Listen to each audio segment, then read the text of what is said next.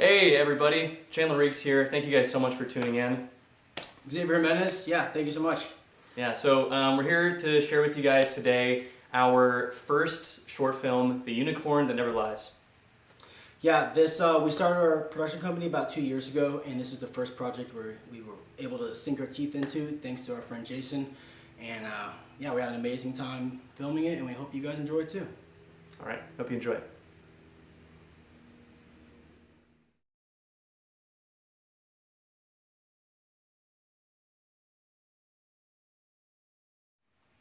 All right. Yes. Thank you guys so much for watching. We really hope you enjoyed the short. Here with us we have the cast and a couple of our producers. So yeah, welcome guys. Why don't you introduce yourselves? I'm Jason Dolly. I played Jake in the film, and I also wrote it. Yeah. I'm Mia Cole. I play Alex in the film, and I was also a producer. Hi, I'm Jennifer James. I was one of the producers. William Corson James. I was one of the producers and one of the acting coaches. Awesome. Yeah. Well, so thanks so much, guys. We would love to, we have some questions that we'll answer for you now, but if you guys do have any questions for us, please type them into the chat, and we'll get them right out for you. So, yeah, take it away, William. Terrific, terrific. Okay, hope everybody enjoyed the short. Jason, as the writer and creator, what inspired the creation of this? The Unicorn That Never Lies. I initially wrote this for an acting class that I was in years ago. I wrote it as a writing exercise to explore what it would be like to write a scene with two characters in one location where there's a third character that is sort of delivered to us through the behavior of one of the characters, so that one character has kind of unique access to this unseen entity.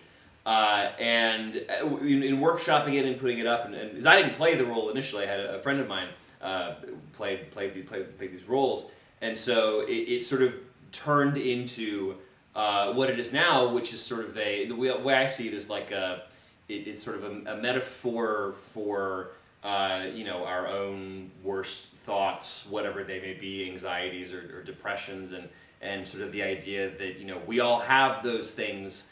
And the gut reaction is to sort of pretend they're not there and just kind of shut them down, which is what Alex does for most of the film.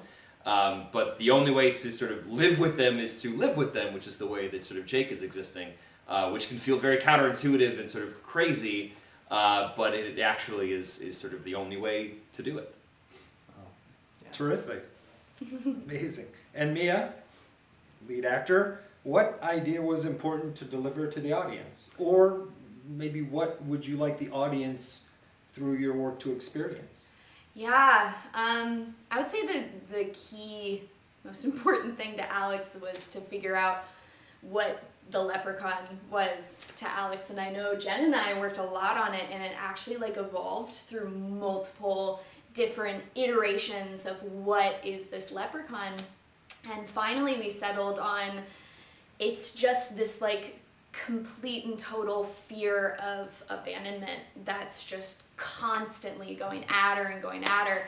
And as long as that's clear, all of the poor behavior that Alex has, whether it's intentioned or not, that makes it all okay, because you see that that's what's driving it. It's not malicious. She doesn't mean to do it. And yeah, it was a fun thing to really go to work on. Amazing. Figure it out. Oh, did a great job. Thank you. Terrific. And a question for Jennifer, behind me. As one of the producers on the project, what would you say important elements really came together to make the project work? This was such a wonderful experience for me and hopefully for everybody here, because we didn't really know how this was going to turn out. We took a chance on each other, and these are all artists that we've known for a long time and we respect and we care about, and care went into this in such a big way, and everybody put their heart and soul into it in the part that they did. And you know, the work that Jason and Mia did on the characters, and you know, your collaboration with them, my collaboration with them, and the work that Xavier and Chandler put into creating this and making it beautiful, and then so much energy and effort and love into getting it from what we filmed to what you guys just watched, and it was such a pleasure. And I think that's really the essential element, is there was this great joy, appreciation of art that went into creating this, and so you know, we have something that hopefully you all really enjoyed. Amazing. It was a lot of fun and creative. Yeah. Speaking of creative, our creators, well, Jason created it via writing, and then you guys created look, feel, directing, and all the cinematography. How did you approach the telling of the story? And in the telling of the story, what did you feel? How did you want it to look and feel? Well, the first thing that really drew me to this project, and Jason did a really good job with, was writing about something that I feel everybody deals with, you know, and nobody really wants to talk about, which in this, it was self-talk, you know, always thinking the worst, and how it doesn't come from a malicious place. So that was like the first key thing. And then when it came to the look of it, I was really going off of first how we're really lucky to get a really great location that had beautiful lighting to start with. Yeah. So Yeah. That's the Roguelike Tavern, by the way. Just a quick shout out. Yeah. They're awesome guys there, and it was amazing location. It was great. Sorry. No. Yeah. Yeah. But it was like first going off of that and then building off of that, and so we lucked out with that, and then I started going off of the look of Revolutionary Road, and the scene where they meet in the bar during the flashbacks, and I pulled a lot from Euphoria season 2, the filmic quality. So I was really going off of that, like the Kodak film, like Vision 3 look, and I was just really fine tuning that and give it more of a just a romantic vibe feel. Yeah, I think like it really is one of those relatable stories, you know. I mean, I don't hear voices in my head, you know, but you know, yeah. I will say that one of the really cool things that we found in making this project was it was something that I've recently found is like a common saying, which is that your project is made 3 different times, and it's, you know, first time is the writing, it's made again when you shoot it, and again when you edit it. And Xavier and I, when we were editing this thing, it was such a fascinating learning process, because we had edited, you know, just like small projects for ourselves before, but to do something actually like narrative related and really sink our teeth into like, okay, you know, no, we need like 2 less frames of this moment to like cut to this other moment. It really blew our minds and experience, like living in it, of just how much those 2 extra frames matter. It's really that was crazy. the biggest takeaway. One of the biggest takeaways for myself is really sinking our teeth into the editing aspect of it, and just seeing how and then going into it as an actor too. So it was like, because obviously we both come from an acting background first, so it was like, wow, I can make the editor's life so much easier if I do this. And it wasn't like there was any issues, but it was more the sense of like, if we weren't lucky and we didn't have such great actors, how it could have been a pain in the butt. If that was pain. But and also going back to the look, what Chandler and I played around with and it actually ended up paying off was during the flashbacks, changing the aspect ratio and also going to the black and white. And at first it kind of, I don't know, it was a wing it thing, like hopefully this works out type, but we were lucky enough to just have to mess around with it in the edit to see if it did, and sure enough it did. So That's a great example also of like what kind of comes out of collaborating with artists that you know and trust, because the flashbacks were not written as, in the original script, the flashbacks are not part of it, and so when they initially sort of pitched doing something like that, I would be lying if saying if I said I wasn't a little hesitant, but I also thought, you know, part of how, the only way to make this thing great is to really set it free, and they're directing. So I was like, look, I gotta trust you guys. Do what you think works, and I have to say, I think it all works really well. I think it adds something to the story that I hadn't thought of, and so that's a perfect example of just sort of letting go of that initial creation, like you were saying, the writing, and then letting the directors create it on the set, and so that's all I have to say on It that. wasn't a 100% perfect decisions though. We did actually shoot Yeah, a whole sequence that did get cut. Yeah, Some things work and some Right. doesn't. Yeah, we had a whole sequence before Yeah. Right, that yeah. just didn't wind up working. There So were so many. dropped it, you know. Yeah, there were so many like learning moments, especially like at the end during the pull away shot at the bar. Like, Oh yeah. Yeah. Oh, yeah, with Yeah. the crane. Little do you know, I was like shaking, like literally sweating the whole time because I didn't balance it out properly. It was like a bunch of stuff like that. And another thing I just wanted to like piggyback off of what you said was being open to everybody's like point of view and ideas and stuff. Because Jen, you came up with the idea of the camera being like for the leprechaun's point of view for that Yeah. one moment, Oh, which yeah. ended up paying off really well. Yeah. And I didn't even think about that. Yeah. So. Yeah. Yeah, it was really cool to collaborate. You guys were so collaborative, you know, that it really Yeah. felt like we could just Really. have good ideas. Yeah. Have Yeah. open. There was an openness and a reception for good ideas. It was Yeah. really great. What was your experience like, William? Because I mean, you've taught a lot of us at all Yeah. of us, you know. So I guess Well- like seeing these guys in you know on set and like do And their you thing. also write too, so. Right. Yeah, it was very interesting. Jen and I sort of split the coaching, and I worked with Jason primarily up front, and Jen with Mia, and then we combined later on. Mhm. I thought it was very interesting working with Jason on this as the writer, and then having to come in and play the role and really see, you know, you write the humanity, but then you have to portray and deliver the humanity. And I thought you did an amazing job of digging deeper, even beyond the writing, to find the guy that was Yeah. on the page. Yeah. Yeah. Your own right, It's yeah. those things, and Yeah. you don't see the thing until you are Yeah. going through it from an actor's perspective, and you go, "Oh, this is here. Oh my God, I didn't even think of this. I wrote this, and I didn't even think of it." You know, it was really a special experience. Yeah, Yeah. it was terrific, and I think that, you know, it also should be said that, you know, they really put their time in. I mean, by the time you got to set, we did a lot of hours. A lot of Yeah. hours. And I think that really helped, you know, not only it to go smoothly, but also it to be a creative experience, because the nuts and bolts were there, and then they were able to create from that point, and I think that really made it work.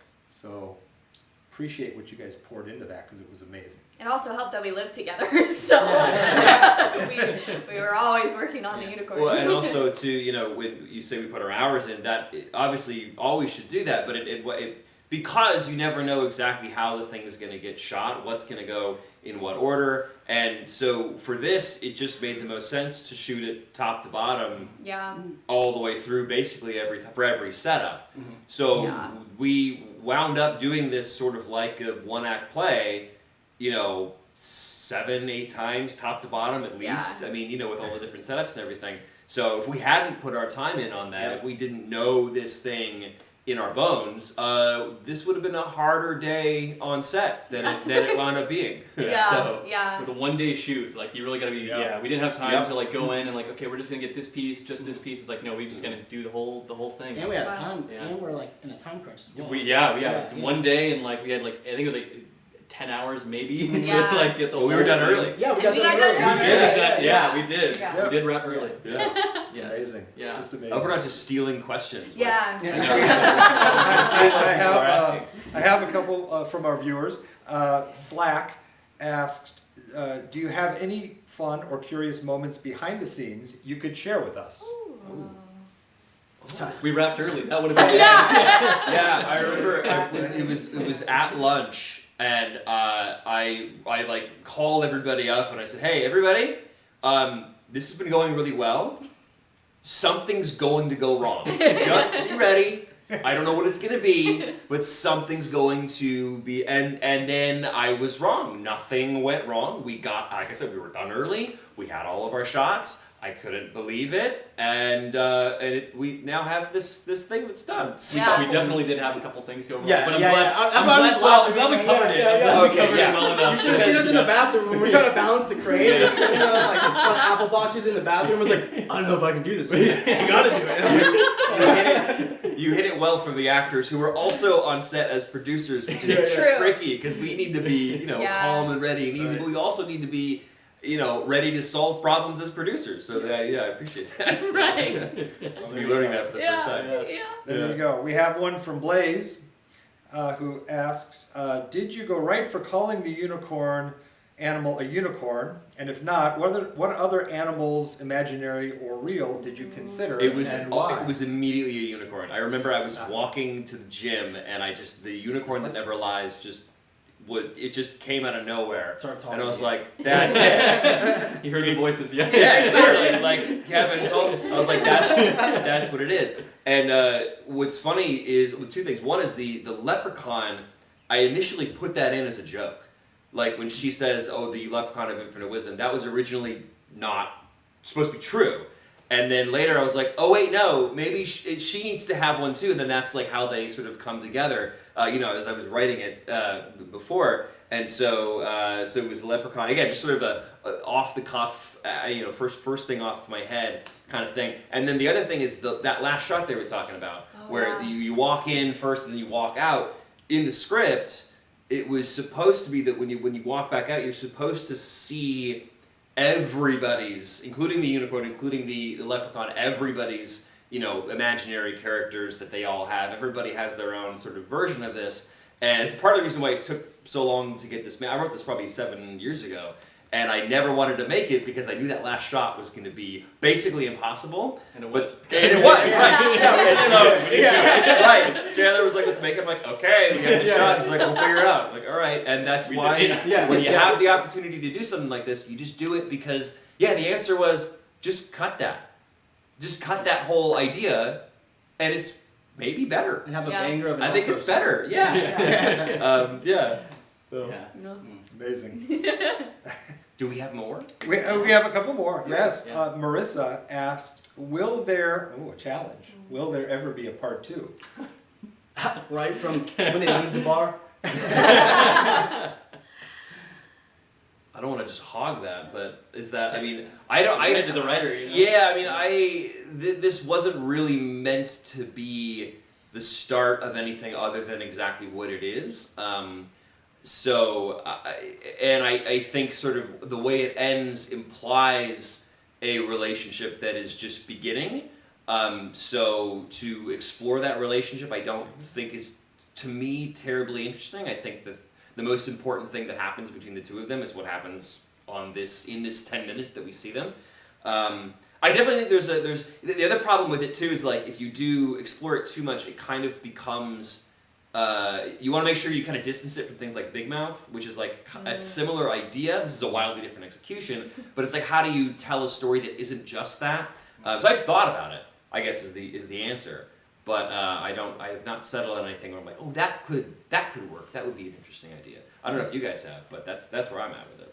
Yeah, I think it lives well on its own. I don't think it needs a part Yeah. 2. It's like a nice optimistic end to it, and Everyone can connect to, you know. yeah. For now, one and done. I think so. Yeah. Okay, fair enough. Yeah. Fair We have enough. time for one more. Miles asks an interesting question of the actors. Was there any ad-libbing? There was. Was there? There was Was a little ad-libbing at the end, remember? Oh, yeah, when they yeah. were Yeah. in the Oh. in the original, they were like pulling away and they were like, you guys just talk after. This is a horrible thing to just say. Well, After. but not when we're prepared. I mean, Right. Yeah. Ready to go. Right. And then we just kind of ad-libbed, and then we also ad-libbed in the VO after. Which all got cut though. It all got cut Yes, because so. we ultimately decided that last line was just a perfect ending, and then the music swelling and whatnot.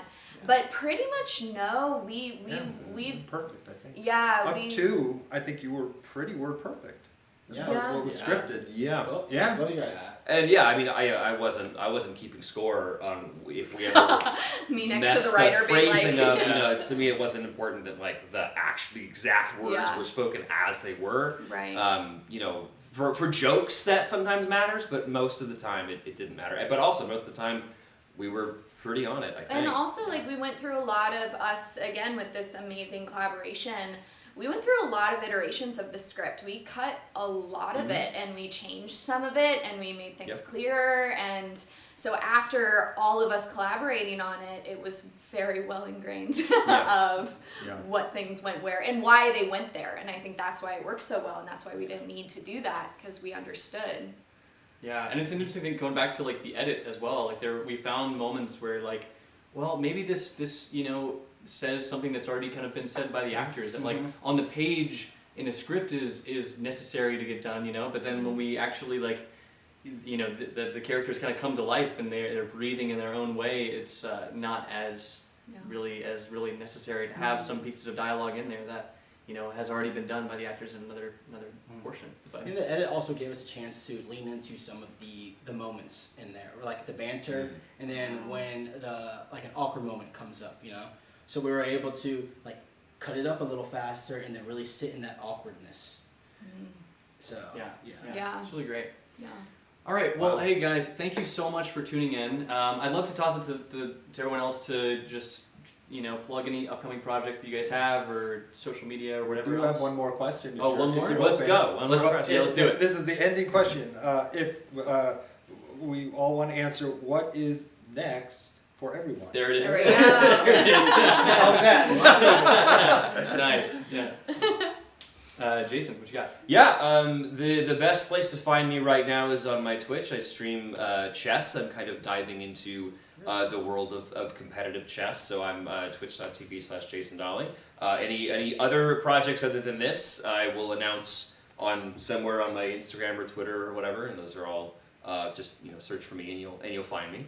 But the best place right now is at Twitch. Love it. What you got?